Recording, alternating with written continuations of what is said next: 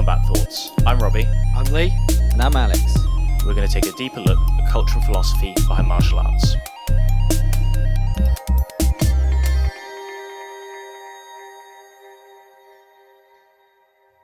All right, so what I thought we'd do, the standard thing is we go through like origin stories, we go through like earliest time when you got into martial arts, your whole journey through that. We'll go off on any interesting tangents that crop up, and then we kind of focus on whatever you want to, but I think you were talking about the competition anxiety stuff before when we did the interview with John, so we can go off on that tangent as well. Yeah. Okay. Sound good? Sounds good. Actually, All right. I thought of some other, since you had said about the origin story thing, I remembered some other weird stuff that I kind of went through that a little bit ties into the whole competition anxiety thing too. So that's an interesting story I've got for you. Okay, is Awesome. that before Ju-Jitsu or within Ju-Jitsu? It's right towards the beginning, like when I first started competing. Okay, well, we'll get onto that quick then. Yeah, I mean, let's just start off at the beginning. Like, is Jiu-Jitsu like the first martial art you ever did? Yeah, and I was kind of a later in life joiner, I guess. I wasn't super young whenever I discovered it. I didn't even really know that like the UFC existed or anything early in the years of the UFC. You know, I'm a late joiner to all of that. But once I did discover like UFC, actually it was the show Fight Quest that really got me interested in martial arts.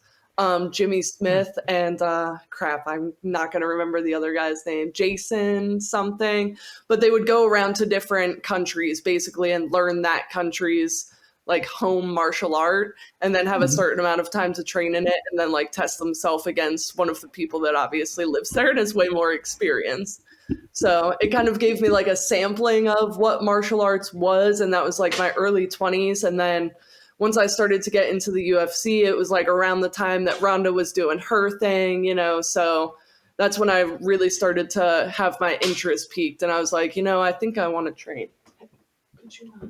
Sorry, my cat is... I've got literally baby locks on my cabinet here, and one was not fastened, so... My kid likes to trying ravage get the... into my cabinets, making lots of noise behind me. Sorry about that.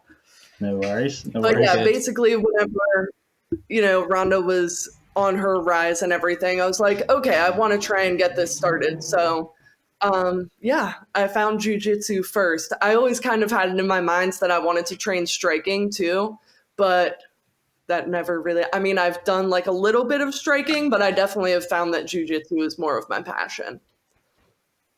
Okay, so yeah, fair enough. So how come? I mean, no one likes getting hit in the face, but plenty of people enjoy boxing. That's a good question. I think it has to do with how I kind of started out training too. The area where I lived, I've moved since I started my jiu-jitsu journey, and also the move was because jiu-jitsu, because I'm, you know, one of those crazy people. But I originally lived more in central Pennsylvania, and the nearest gym was like a really traditional gi gym, and they didn't have striking. So I started there just to kind of, just to get into things. And I even actually got my blue belt there. I was there probably like a year and 9 months-ish or something around those lines. But maybe I'm getting ahead of myself because it was probably 8 months in that I decided I was going to do my first jiu-jitsu competition. I was going to do gi and no-gi, although the school that I came from was, like I said, really traditional gi. So they had no-gi class like one night a week, and it was basically wrestling. It wasn't really, you know, the 10th Planet style that I'm training now. It was a little different. So the first time I went to 10th Planet Bethlehem actually was like a month before I was about to do this competition. I was like 7 months into training, and I was like, okay, I need to kind of know a little more no-gi if I'm going to compete in both, you know. So I went to like a Labor Day open mat. And then, yeah, gi and no-gi. I went against the same girl for both. And I actually won the no-gi match and lost the gi match. But the weird thing was, like, the day after I decided that I was going to sign up, The next morning I woke up and had hives, which, I mean, I'm a ginger, I have sensitive skin, these things happen. At the time I didn't really think anything of it. I just took Benadryl and it went away and it was kind of whatever. But as I progressed and continued to compete a lot more, like I started to notice every time I go to compete, I'm like getting hives. And it became kind of a weird thing. And it got to a point, like I said, it coincided a lot when I competed. Obviously, I'm kind of a stress case. I've always dealt with anxiety and depression and that kind of thing. So you could tell that, you know, I was like, okay, it's stress hives or whatever, which I mean, it basically was, but it got a little deeper where at a certain point I was getting hives like 24/7 and couldn't get rid of them. And that was kind of concerning. So I ended up having to go to a doctor and like they were all confused. They were like, oh, you know, allergies, whatever. There was a period of time where they couldn't really figure it out. And I was on prednisone, like steroids, one pill every 12 hours. And that was like just to keep the hives at bay. And I was also taking like antihistamines and stuff like Zantac and Allegra, just like this whole combination of pills all the time so that I could like not be constantly itching myself. And yeah, basically I ended up having to work with a doctor. Like I continued training through all of this and I still continued competing, even though I knew like every time I competed, it seemed to get worse and worse. The first time I competed really close back to back, it was like 2 weeks apart. I did an in-house tournament, which was actually only like my second tournament. And then 2 weeks later, I did my first IBJJF. And that's when it kind of compounded on itself because it was so close together time span wise. I guess I never really had a time for whatever was going on to calm down and like the hives to fully go away. So yeah, basically I was just like a total stress case with hives every time I competed. And I kind of fought through it in the beginning of my jiu-jitsu journey. And like regular doctors didn't know what to do. They all kept pointing fingers at each other. Like I took an allergy test, there was no allergies, and it was just like this whole thing. So I ended up going to what I like to refer to as my woo-woo doctor, which is like a functional medicine doctor. It's a little more on the alternative side. And it was because of my frustration with all of these regular doctors. I mean, my primary care provider was like, we need to get you off steroids. I'm like, yeah, I'd love to, but like I'm covered in hives. What do you want me to do? You know? So obviously prednisone long-term is like not really healthy for your body and all of that. And it was not a super fun period of time for me. So he got me on this special diet. It was a lot of like weird integrative health things. You know, he had me like gargling and like drinking apple cider vinegar and like cutting out all these different food groups, and we took blood tests and he put me on supplements. It was like a 6-month thing basically to get my hives under control. And I mean, long story short, it was like an autoimmune condition where your body kind of ends up attacking itself. And it was like a combination of conditions for me. One was like a thyroid thing. Obviously the hives was one of the symptoms. And I even had like swelling sometimes. Like, it's weird because I remember the one distinctly because it was the morning after Ronda lost to Holly. I loved Ronda, you know, and I'd also been like drinking. Sometimes my symptoms coincided with me drinking. Like I had to quit drinking for a long time and just kind of cut out all these things. But like my lips swelled up and like my eye at one point, which was another like weird symptom. But basically a combination of autoimmune diseases that I worked with this special doctor to get a handle on that's now like in remission, I guess you could say. I don't have hives anymore is the important part. That's good. That's good to hear. So I guess then, so although it was autoimmune sort of related, it's still, I would imagine it's still, the stress didn't help. Oh yeah, because obviously stress affects your thyroid function. There's that, and I mean, a lot of autoimmune conditions, like people have all these different theories, but more on the woo-woo side of it. They try and say that like basically people that are really high stress, I forget how it happens, but it has something to do with thinning the lining of your walls of your stomach. And then these like undigested particles, or at least this is the theory, get into your bloodstream through these thinned stomach lining. That's why they talk so much about gut health and everything, or at least that's a big deal with the autoimmune community, taking probiotics, eating fermented foods and that kind of stuff to keep the lining of your gut healthy, because when that starts breaking down, which is through, stress causes inflammation, the inflammation causes the wearing of the stomach, and then these particles get into the bloodstream and your body doesn't know what to do with them. So they're like, what is that? And then they start attacking it.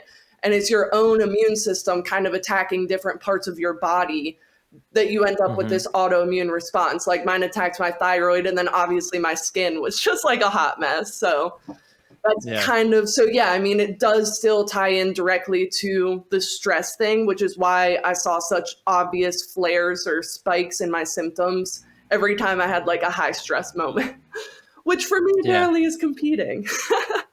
So is this a condition you still manage, or is it something you're completely cured of now? That's a good question, because there's so many smaller symptoms that are considered to be symptoms that are also like normal things that people live with that don't think about them as symptoms, like fatigue and extreme muscle soreness and other things that I just feel like are my regular life because I train and stuff, So the level to which I have other smaller symptoms is hard to kind of judge. Sometimes I do feel like I fatigue more easily and recover way more difficultly than some of my normal teammates, obviously John is like 5 years younger than me and in amazing shape. Like he trains all the time and just like thinks nothing of it. But it takes a lot more out of me. I feel sore, like really sore a lot. I don't, but I'm sure a lot of people do. So it's one of those things like, how do you judge really? To me, what it came down to was definitely the hives and stuff. And obviously the altered diet. That's the biggest thing. I, for a while, was so depressed thinking I would have to cut out these food groups for forever. But that is not my life. So it's hard to say. Like, I feel like if I was going to have another like huge incident, it probably would have happened already with how I do eat and drink, because I certainly don't do the things that he told me I should do. Like he said, because of my thyroid, I should definitely not have gluten, but I absolutely do. So, I feel like I'm mostly cured. I just say I'm in remission because I never really know, if things could get bad again. I'm sure they could. I'm not super in tune with my body, I guess. But the hives were hard to ignore. I've got to wonder then, if this condition was that bad and debilitating, and you got this at the start of your competition journey with Ju-Jitsu, what on earth possessed you to keep on competing? And you compete quite a lot now. Like I get it if you're deep into the sport and you love it, but early days and you start getting these symptoms, that seems insane to me. I am insane. And I'll be honest, I do love it and I am deep in the sport, but I also like hate it too. Like there is definitely a part of me that hates competing, but I guess I'm a strong believer in like forcing yourself to do the things that you're afraid of or that make you uncomfortable. So despite the fact that I struggle so much with my emotions and anxiety and competing, I just feel like it's good for me, I guess. Character development. I don't know. But do you, at least, at the end of a competition, do you feel some kind of a release? Oh, yeah, absolutely. That's always the best feeling. Yeah. Right. So at least there's that to chase, which I think is in itself, I would say it's almost worth it. Yeah. Because like that feeling at the end is pretty awesome. I mean, even if I lose, like, of course I'll feel shitty about myself sometimes if I lose, but when all of that pressure builds up for so long, like it's always the before part of competing that is the hard part, once you're in there, it's like, whatever, but it's the waiting game, especially if you're at some tournament and you're waiting for like hours, just sitting there, like, when is my match going to be called? And, that's when the anxiety really starts to build up. And whether I win or lose afterwards, I'm like, whew, it's over. Like I just did that and now I get points for doing that. It always just kind of makes you feel cool. Like even when you lose, you're usually there with your teammates and everyone kind of like comes together to support each other, I don't know. I really like those moments with the team, and I really like that I'm a part of a team that competes so regularly. Honestly, that's a big part of what keeps me doing it too. I feel like I have to keep up with my teammates. I mean, some of them are competing like every single weekend. So, Wow. we're kind of a team that just pushes each other to compete a lot, I guess. I think that's an interesting point that you raised there with teams in jiu-jitsu. People don't think about jiu-jitsu, like I'd say people from the outside wouldn't necessarily think of jiu-jitsu as like a team sport, but it almost is. Like especially your team, it's like your family, and as you say, like going to competitions, it's a team event. You're supporting each other. It's really nice. Yeah. Yeah, we just had our first little team event for, John's school. Allentown opened like a little over a year ago. And the finishers opened recently. Some of our guys were competing for the first time. And that was like a really cool moment to kind of have for us, like our babies, our students, and they're going out there to throw down for the first time. So I'm really glad I was able to be there for that. So you've got the whole team aspect, and you like that about the competing. I guess it sort of builds on the whole family aspect of jiu-jitsu. But what kind of got you motivated to compete in the first place? Because you were clearly quite determined at the start. Do you know why you did that first one? Honestly, I think it ties into why I started training in the first place, which I guess I didn't really touch on this part. I mostly just talked about watching UFC, which that is when I discovered it and everything. But I also have always been like an angry person, I guess you could say. I have anger issues and I'm very competitive. So I guess later in life, it just gave me something, I was like 26, 27 and just wanting something else to kind of like, school is over. What are you going to compete with other people about, And it's very one-on-one competition aspect, as opposed to like we said, I mean, it is a team, but it's also just kind of you out there whenever it comes time to perform. Of course. Yeah. But it is weird now that you say that, because my original team, the Gi school, was not a super competitive school. Like I mean, most of their like black and brown belts do not compete at all. But it was kind of my own desire. I don't know. It's hard to explain really, because even like that IBJJF that I signed up for, there was a lot of people that would do like the in-house tournaments there, because literally it's there at your gym. I mean, why would you not sign up? And most of the people there are your teammates too. So it's kind of like you're already doing this all the time. It's not really the same. I always had that desire to just like test myself a little bit more. So that's what made me sign up for the IBJJF. And it was like me and one other person that I think he was a blue belt at the time that signed up for that. So it's not like, the whole school was doing it, going to New York or anything like that by any means. I just kind of, I don't know. Yeah, I've just always been a little competitive, I guess. I like to take my anger out on people. That's like the true test, right? Well, because you think you're good at rolling, but... And how did it? Were they supportive of you doing the NoGi bit? Was that all just part of it? Like if you signed up for the Gi stuff, they'd be supportive for the NoGi as well, or how did that kind of go down with your gym?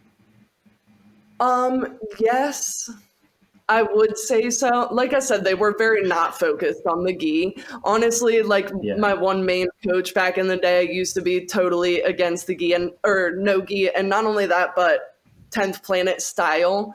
Because there's always that little traditional versus more modern style. People have their preference. Some people are super traditional.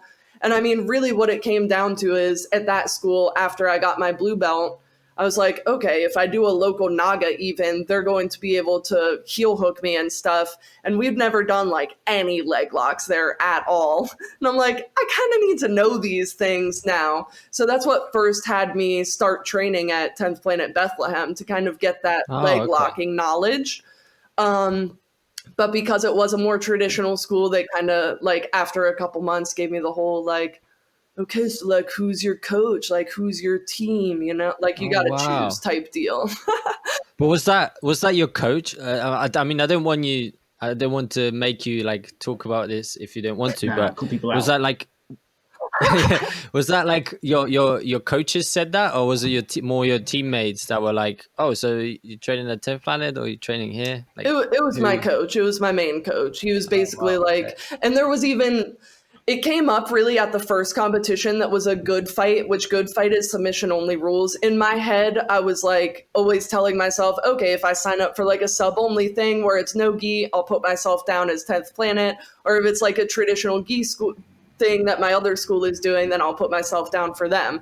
But that good fight, both schools signed up. So I ended up not doing the competition at all because I just didn't know what to do as far as putting down what, and I just didn't want to make it awkward. But it was like literally at that competition where I ended up in this talk, you know, with my coach, where he was basically like not having it. Which then made me feel extra shitty because I thought I was being respectful. Like I was paying my membership at both schools, you know, trying to split my time.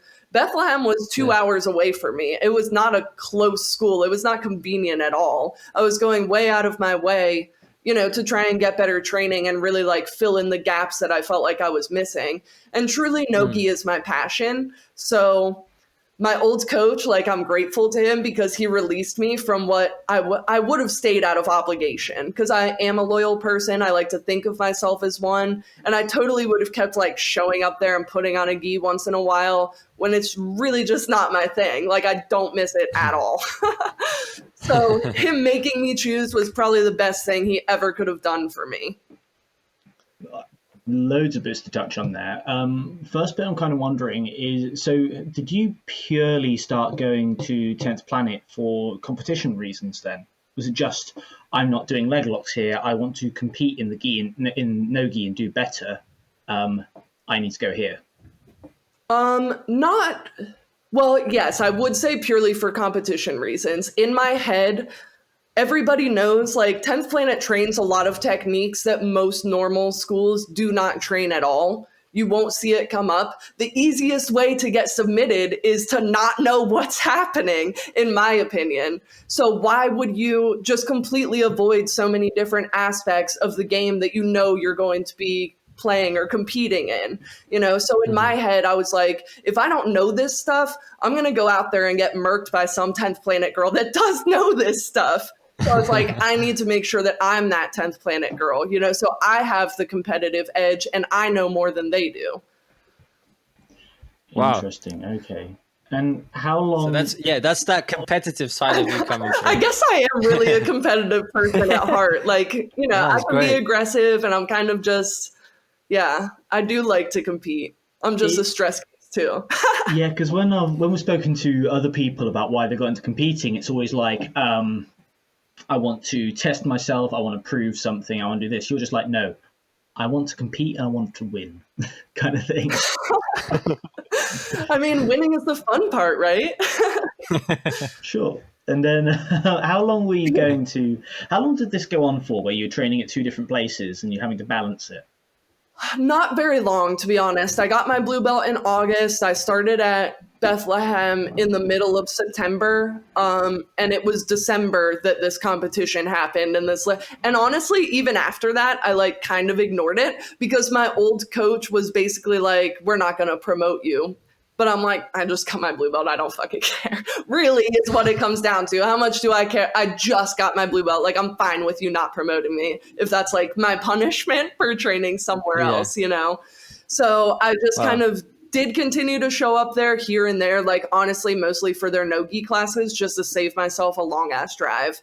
But really, I just was so much more excited about training at Bethlehem that it kind of like phased out. And I was, you know, and there was, you know, I won't go into too much, but there was more drama there where I was just kind of like, okay, I don't even want to be around most of these people. So, yeah, I mean, from what you're saying, it doesn't seem like the best place to be at.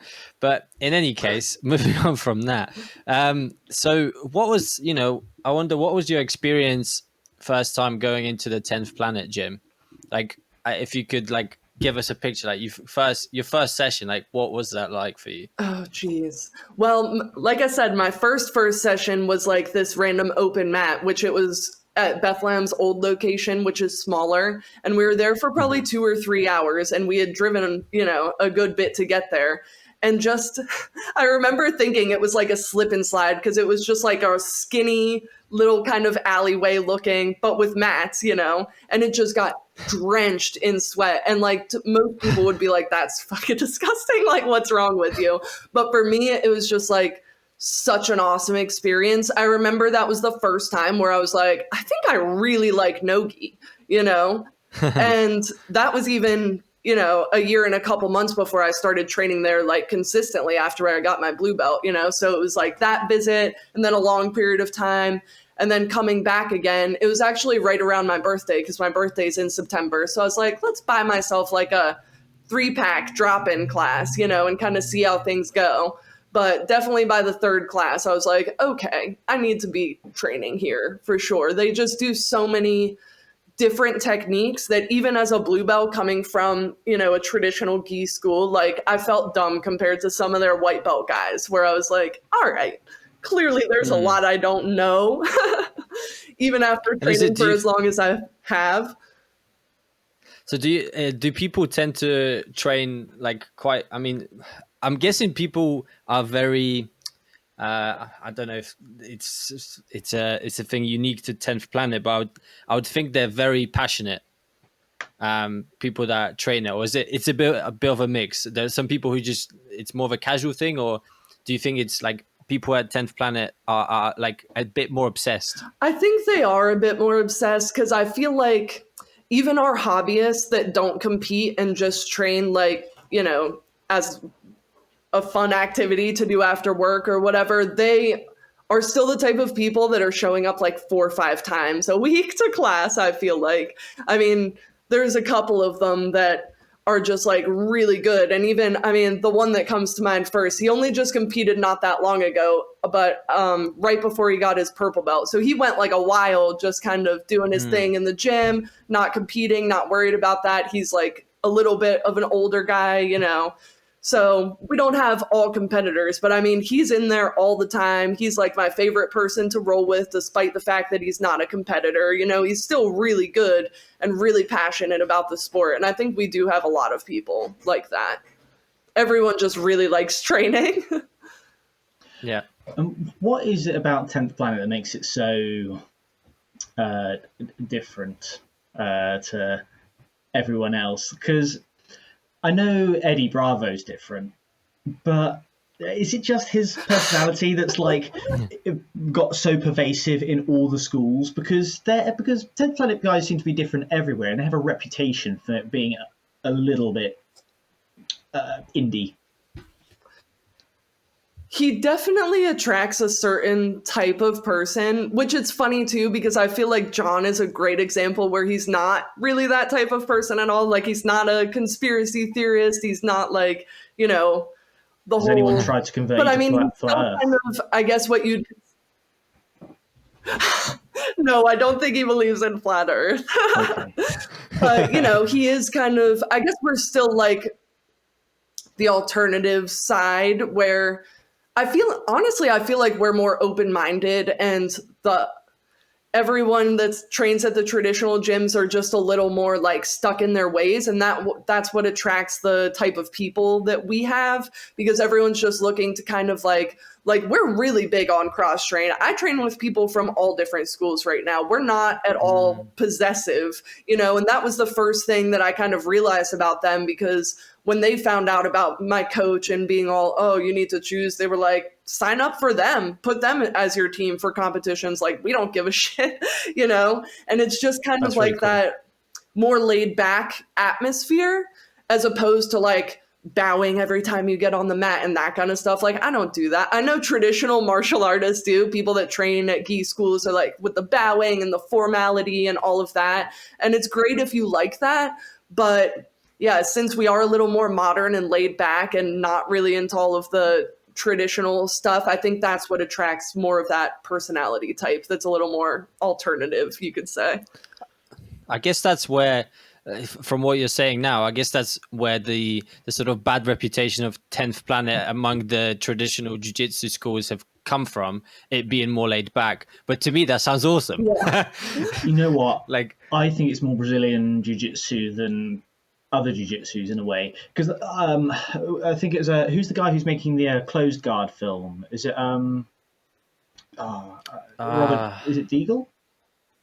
I'm not. I can't remember I his don't name. know. I was listening to an interview with the guy making the closed guard film, which sounds amazing. And the point he was making was that you go to a jiu-jitsu school, and it's all strict. You're there half an hour early. Everyone cleans the mats. Everything's ready. You go to a Brazilian jiu-jitsu school, even in Japan, and they're there like 10 minutes late. They're like slap bumps. Everyone's chill. It's a really Brazilian influence. And I kind of feel like the traditional schools, like, we can name a couple of big global schools that are like this, really kind of seem to be holding on to the more Japanese style, which has its benefits in some ways, whereas 10th Planet is just going whole hog on the Brazilian side of things. Yeah. I think it kind of ties in with a bit of like, to me, it always seems like a control factor too. Like if they can get you to follow all of these little arbitrary rules, usually they're also the type of school that's going to be like, oh, why are you training there? Like I hear it way more from people that are training at traditional schools as opposed to like more no-gi focused or less traditional schools where they're like weird about the cross training thing, have all these weird rules and like politics when it comes to ranking and stuff like that, and I don't know, it's just a little, like I said, I don't love the control factor. I think it's just to kind of like keep you in line, like they're a lot more strict on hierarchy. I have a friend that went to a different school and like just asked a dude to roll, like not realizing there's like some unwritten rule at that school where you can't ask like a higher rank. And the dude was a black belt and the dude like bitched him out. It's like, dude, he's from a visiting school. Like, sorry, he didn't know your special code that he's not supposed to call out a black belt. But like, we don't deal with that bullshit is really what it comes down to. You don't have to worry about like accidentally offending somebody or that kind of thing. Everything goes. It's just kind of, I feel like it's a much more welcoming atmosphere. That's the other every 10th Planet I've ever gone to has been like so nice and just like, yeah, whatever, come train with us. That's what I was about to ask is I'm guessing because of it's from this type of community, if you go to a different 10th Planet gym, it's very easy to get along and to train with the guys. Yeah. In a different location. Oh yeah, and it helps that we have like those central warm-ups that Eddie puts out, which are kind of like our curriculum. I mean, he changes them a lot, so there's different aspects, but there's like general flows that we should all be learning at our schools, where even if you went to a different school, you should be able to keep up with all of those techniques. Yeah, okay. I have noticed it's a real theme, the openness and cross training at jiu-jitsu gyms. I ran into Ben Eddy just down the street last year. That was very weird, and he was just like telling, it's like saying I should just come and pop over to 10th Planet London, just try it out. Then he tried to recruit me, so maybe it was just a strategy to get me into 10th Planet. But he was a very friendly guy, and he did have a Creonch hoodie on, I think, at the time. So I liked that. Yeah, that's funny. I guess we got to that competition, the submission one. You fully leave the original gym. Let's see. So what happens next? You move over immediately. You stick where you are and keep traveling 2 hours to train. Yeah, that is what I did. I mean, basically, it was not like financially feasible for me at the time to just pick up I owned a condo in the area where I was living. Like I kind of never saw the 10th Planet thing coming when I bought my house. It was just, honestly, even at that point, I didn't really expect to be as passionate about jiu-jitsu as I ended up being. Mm-hmm.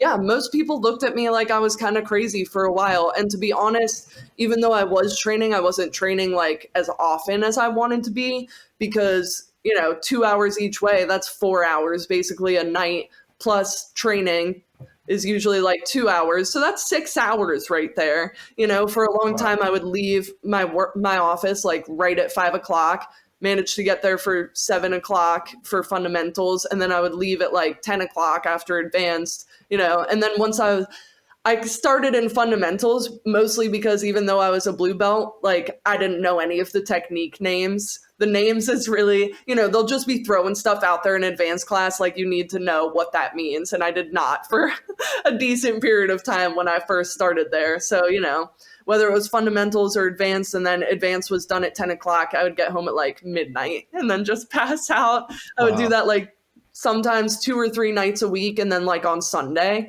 At the time, I was working a lot. I work at a law office and I worked at one out there, but then I also was a waitress, and I would on Friday nights go straight to my waitress job. And then usually like Saturday and Sunday for a while, I was working doubles. There was a period of time where I just worked 7 days a week like a crazy person. Wow.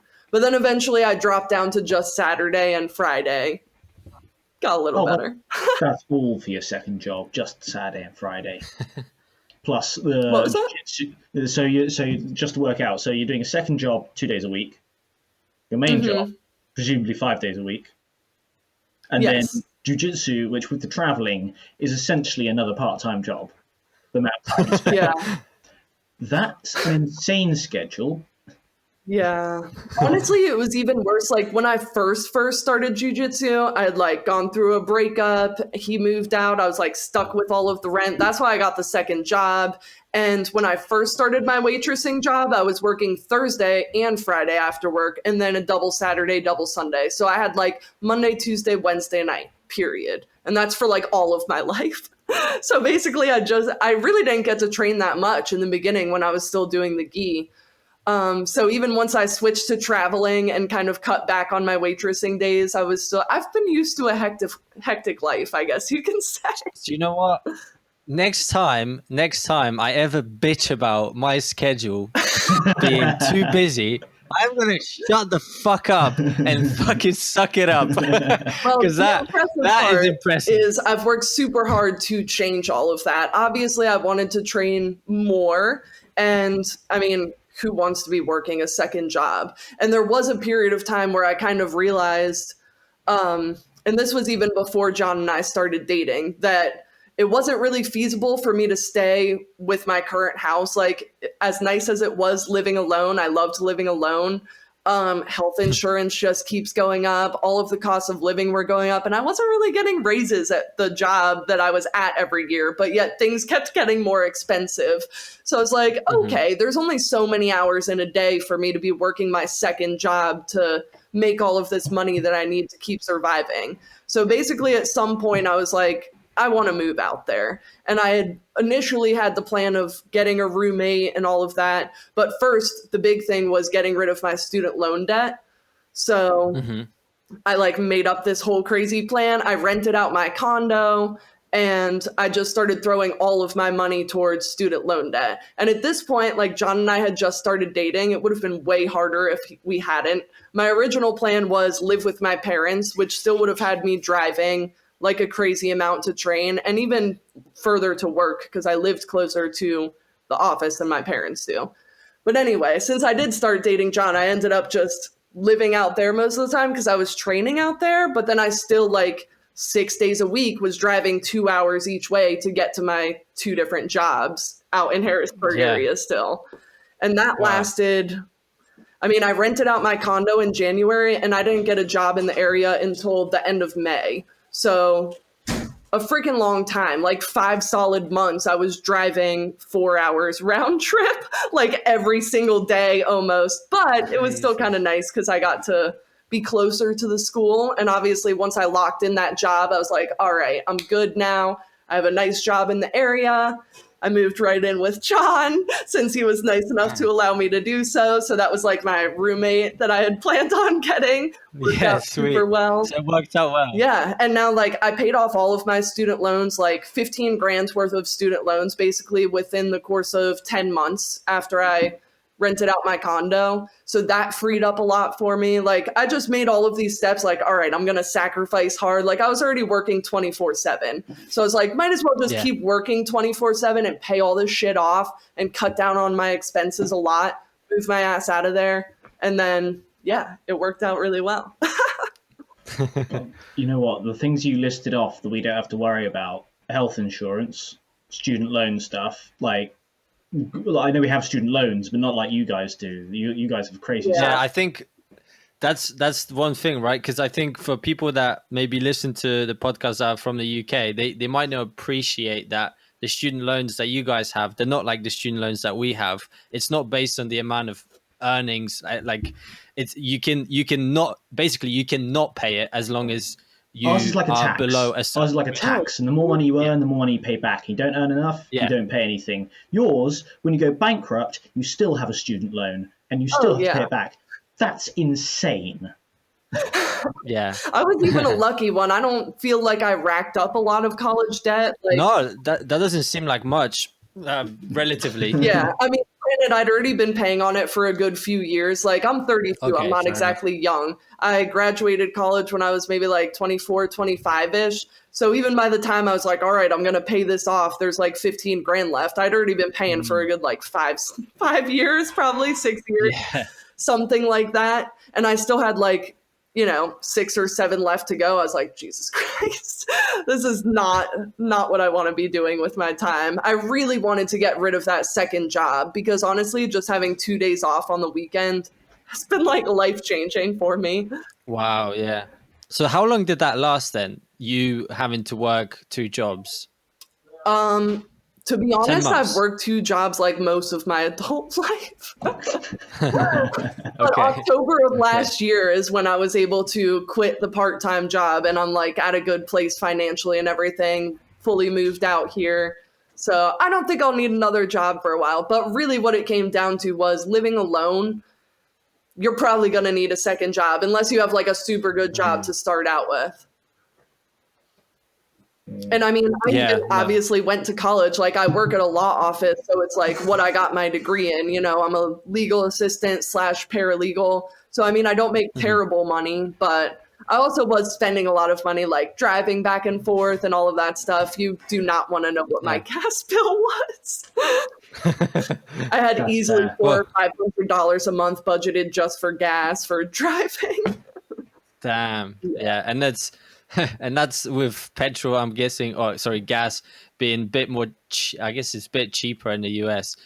Here it's like, I don't deal in gallons, so I don't know how much it would be. But here it would be crippling. Anyway. There's no way you could do that here, but like, even over there, it's probably expensive, but I don't know. Yeah. I kind of I think we probably can't go on for too much longer or we're going to start scaring people, but maybe like 10, 15 more minutes. But people won't listen to it if it's like 2 hours long. No, that's great. But people start getting intimidated. But like a really common theme here that I kind of want to know. So you've clearly had to put a lot of effort in and sacrifice a lot of time and money in order to train jiu-jitsu. Why do you love it so much?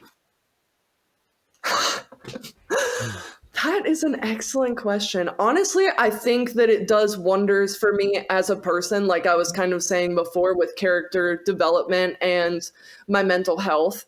Since I have always had anxiety and depression and have kind of dealt with those internal issues, I mean, both just training and competing has helped me to work on controlling my own mind a lot. Especially when you do have that anxiety leading up to a competition, it's like an internal dialogue that you kind of have to keep going with yourself. I mean, even in one of the competitions that I did recently, like during my match, I'm having this internal dialogue where part of me is like, I don't want to be doing this anymore. And the other part is like, you can't just stop. People are watching, So it's just kind of like, I don't know. I think it really has helped me work on who I am as a person and improve myself personality wise and mature a lot. And honestly, I think it does a lot for my physical health too, because I never really was an athlete in any way, shape, or form. I never had a reason to take great care of myself. And I mean, I still, fall off the rails and eat a bunch of trash sometimes. But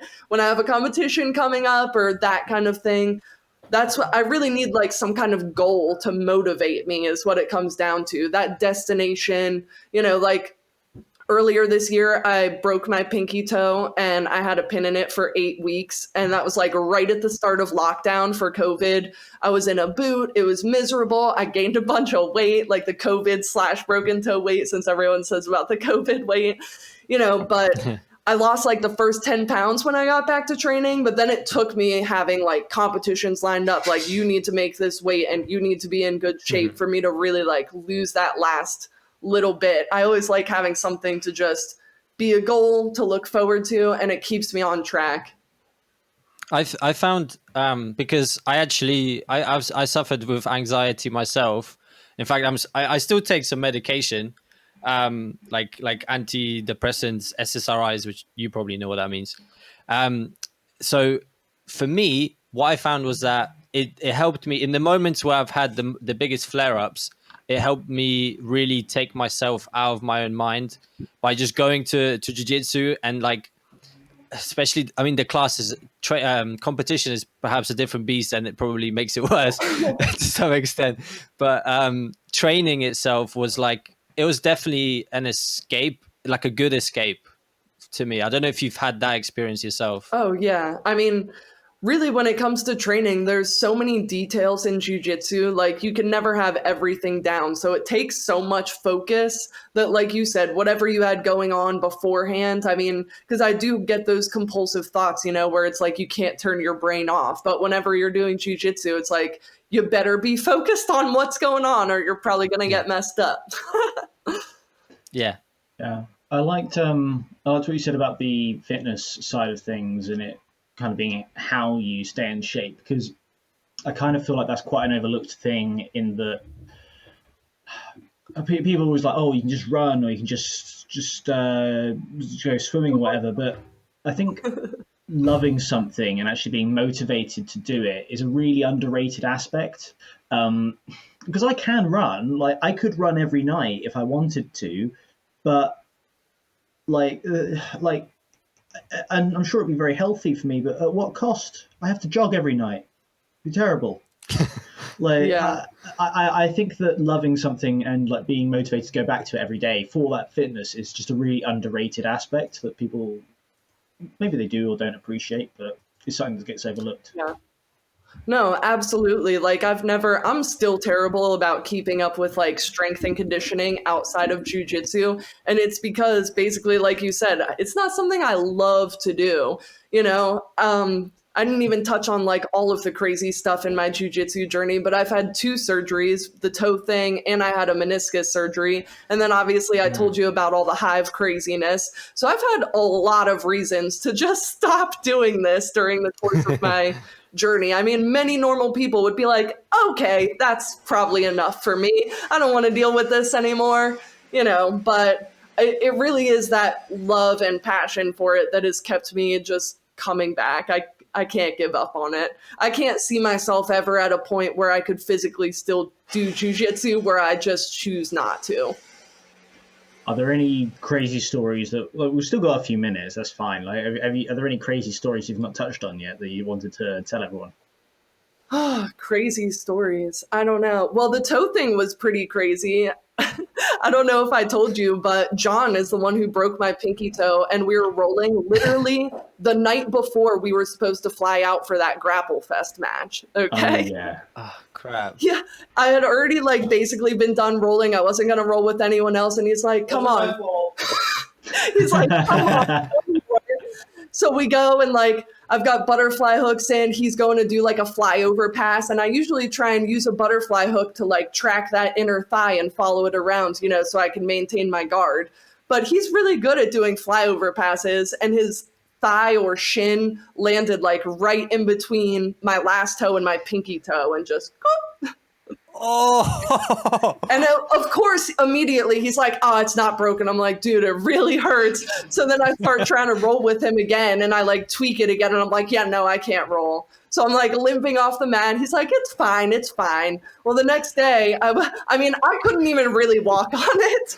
And the next day I wake up and like my whole foot is so black and blue. And we have this flight at like 4:00 or something that day. We need to be in Newark at the airport to fly out to England. And I'm like, dude, I cannot go to England like this. I cannot walk. We need to make sure everything's okay, And sure enough, it was like super broken. Like the first place that I went, like didn't even want to set it or anything. He was like, you need surgery. You shouldn't go on this plane. You could get a blood clot while you're in the air and die. Like all this crazy stuff. Like, so then luckily we got an appointment like an hour later with an actual surgeon, and it was like a foot specialist and everything. And so he tried to set it 2 different times, and it was not able to get properly set, but he just kind of like taped it together and was like, listen, you could still go to England. It's not set right. You'll probably need a pin when you come back, but go on your trip. So I was like, all right, this is the doctor I actually like. So, he took that little thing together, put a boot on me, and I was just hobbling around England with a boot and a broken toe until I got back and they stuck the pin in me for 8 miserable weeks. Okay. That was probably the Wow. most exciting story of the year. Yeah, that's a lot more epic than my meniscus. That one was more boring. Just the typical, meniscus is an kind of thing. absolute jiu-jitsu classic, isn't it? Yeah. And it was like a bucket handle tear, they call it. So it was basically like a hoop that tore on my meniscus. So I would feel it like catch, and then it was basically crippling. They had to put me in like a knee stabilizer where I couldn't bend my knee until I got the surgery. Because every time I bent my knee, that little hoop would like catch on something in there and it'd be so painful. So that was fun. Nice. Yeah, so as you said, it was a pretty miserable time then, and I'm guessing for the meniscus as well, because like if you can't train and that's your like number one passion, that must be hard. Yeah, but like I always like to tell people, I feel like both times that I've come back after an injury, like it really makes you realize how much you miss training. And I feel like I've been able to make so much progress in that period of time when I do come back. Like there's always struggles. When I first started training after my toe broke and everything, like even after pulling the pin out, they said, you've probably got 3 months before it's like really filled in, so it's prone to breaking. So I just told all my teammates, like, please don't do leg locks with me for now, because I didn't want my foot like under an armpit, with the toe and that whole situation, or like, God forbid, someone toe holds me on my broken toe, So I think having teammates that are respectful of that is really important too. My meniscus, It was like a different set of things where it was like hard to get to the point where I could sit with my butt on my heels again, that like knee bend is something you usually take for granted when you're just chilling there on your knees on the mat, but that's the hardest thing to get back to after knee injuries, I think. Mm-hmm. Yeah, that's fair. Sure. I guess I've got 2 more bits I want to touch on, and then we'll wrap up. I'm not sure if Alex got any others. You mentioned Ronda Rousey quite a few times. Obviously she's extremely well known. She's touched a lot of people, and she was when she was at her peak, she was being like heralded as this absolute ambassador for women's martial arts. Do you know why? Why do you think she was so influential at the time, and why you said you loved her? Like, why? What's special about her? I guess because she was just one of the first to become that prominent. Like I remember watching, the little like preview show before her first fight with Liz Carmouche, and that was like the first women's fight in the UFC. So that was just a really big deal at the time. I guess it was like obviously mostly media driven, where she was just kind of in our face. So like that's the one that we knew about. But I also always, this is kind of what ended up being her downfall too, but I always liked her attitude. It may be controversial to say, honestly, at this point, it's probably not, but I think everyone can tell that she's not the most emotionally mature person, if you want to put it like that. which, as crazy as this sounds, is honestly one of the biggest reasons why I related to her, because I have my own issues with, being overly emotional and stuff like that. And things like reading her book and reading about how when she was younger and training in judo, she would be like crying during training, but like still just throwing people and doing whatever. That was important to me because I was one of those people, like sometimes you got to run to the bathroom and cry in private real quick and then pull yourself together and come back out. I related a lot to how raw she was emotionally. Mm-hmm. She really did put herself out there for a long time. And I think that's why, a lot of women were like, okay, like, yeah, we can be emotional and passionate and like do all these things too, Yeah. Wow. That's super cool to hear, because we don't know that, like, as men we don't have that relation, I guess. I always think relatability is one of the biggest things in like how much people like characters, whether like fictional or real. But it's always interesting to find out the reason why people like certain people, because there's always something you can find. And you're never sure what it is about someone that makes them so relatable. So that's quite cool. Yeah. Alex, you got any other bits you want to cover?